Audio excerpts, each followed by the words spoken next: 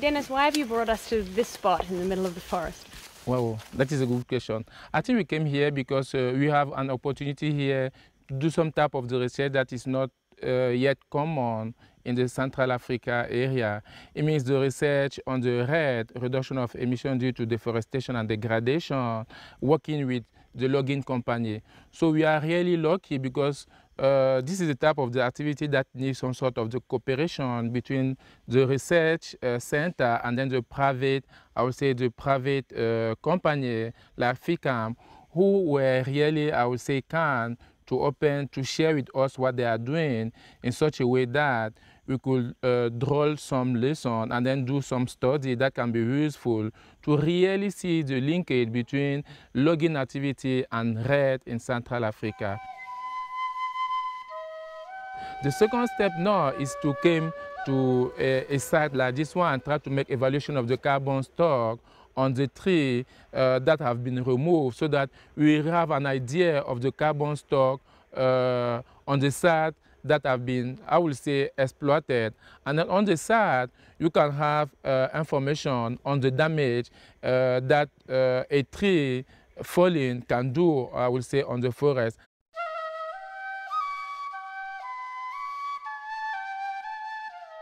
Donc, après avoir déterminé la zone d'impact, qu'est-ce qu'on faisait? On prenait les mesures de la bille de la base. Et on prend la distance entre cette bille, cette souche qui n'a pas été utilisée jusqu'à le début du houppier.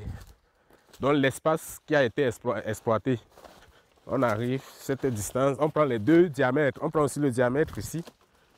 Parce que le début de la base du houppier, on prend la même chose. Et puis, on continue.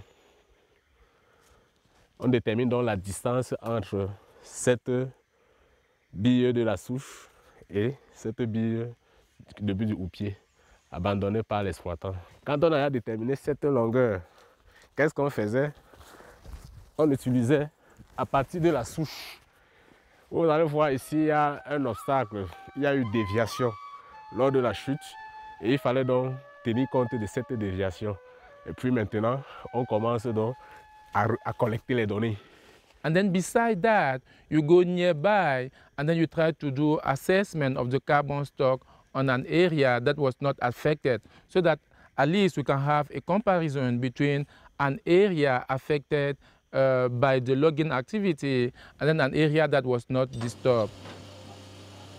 Within the project, one of the activities that we are trying to do is to try to compare the income that we could have in different land uses. So for example, if you take a land use that is used to grow crop or to grow industrial crop or put beside for the logging or put beside for the protected area. So one of my colleagues is trying to assess the income that you can have so that if the country wants to decide to go to REDD or to protected area or to the logging, so at least he has basic information that can allow him to take the proper decision. And then those information are good because it really allows to, I will say, to manage the land uses for the country.